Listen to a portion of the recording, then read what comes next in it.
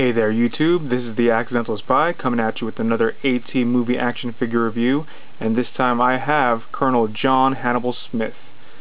Now the original Colonel John Hannibal Smith was played by George Pepper in the 80s television show. The new Hannibal is played by Liam Neeson, who many of you may know from the Star Wars prequel where he played Qui-Gon Jinn, or as the father out for revenge in the action movie Taken. Pretty cool, pretty interesting casting choice. I like the fact that they casted an actor for the role, not just, you know, some stereotypical hard ass. Even though Liam Neeson himself has proved that he can be just as hard ass as anybody else, especially in Taken. So I quite like that casting choice. As for this figure, I keep reiterating, I really dig these A-Team movie action figures. I think a lot of people underrate them. Like I said before, they're not the best 3 3/4 inch, 4 inch action figures out on the market, but they're pretty good. I think they match well with your G.I. Joe collection if you wish to display your A-Team alongside them. Now, as for Hannibal, the figure himself, I think he's a good figure. I think they do a really good job of representing Liam Neeson in a 4 inch scale. Let's see his face sculpt. I think this is a pretty decent face sculpt. It does look like Liam Neeson.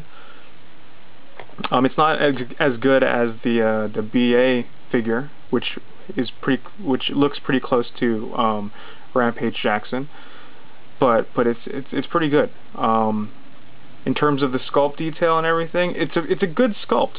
It's basic, but it's good. They could have just went really plain with it, but they actually added a lot of nice little details, especially on his shirt. They added nice little wrinkles on his pants. So yeah, good sculpt detail there. As far as paint goes, there is no paint on his pants, which is kind of disappointing. But there is tons of paint detail on his blue shirt, which I really dig. It's the same way where they added sort of the lighter blue as a wash to highlight, you know, wrinkles and stuff like that over a darker blue base. I really dig that look. That's like far beyond what they could have done, which is like simply just paint it blue.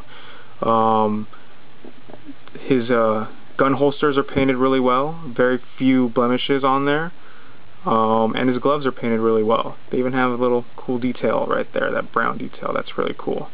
As far as accessories are concerned, he's the only one that has unique accessories to him.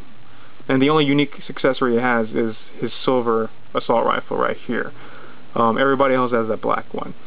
But he also comes with a pistol, a standard issue pistol that everybody else has. So if you're going to get these figures, don't get these figures for their huge amount of accessories, because they don't actually have a huge amount of accessories. I'm still kind of disappointed that they don't have a figure base, because there is a peg hole here. So I don't know what that's going to be for, maybe for upcoming vehicles or whatnot, but if there's a peg hole there, then they should come with a stand. What else can I talk about? Oh, well, I can talk about articulation. Ball jointed head, ball jointed shoulder that can also rotate and swivel, single jointed elbow that can also rotate left and right, wrist that can rotate as well. The waist can rotate. It's kind of tight, but there is movement in the waist. There's G.I. Joe hips. It can go forward pretty decently, can go back pretty decently, and it can go... Actually, this probably has the best articulation out of all of them. Still can't do a full split, but these guys don't do splits. Single jointed knees, but it can also go left and right, and ankle movement, ankle swivel, and some movement up and down. So yeah, pretty good articulation in my book. Now, as far as scale goes, let's put them next to... This is Rescue Mission Snake Eyes. I don't know if you can see him. And War Machine from the Iron Man 2 line, movie series War Machine. Yeah, he scales pretty well with them.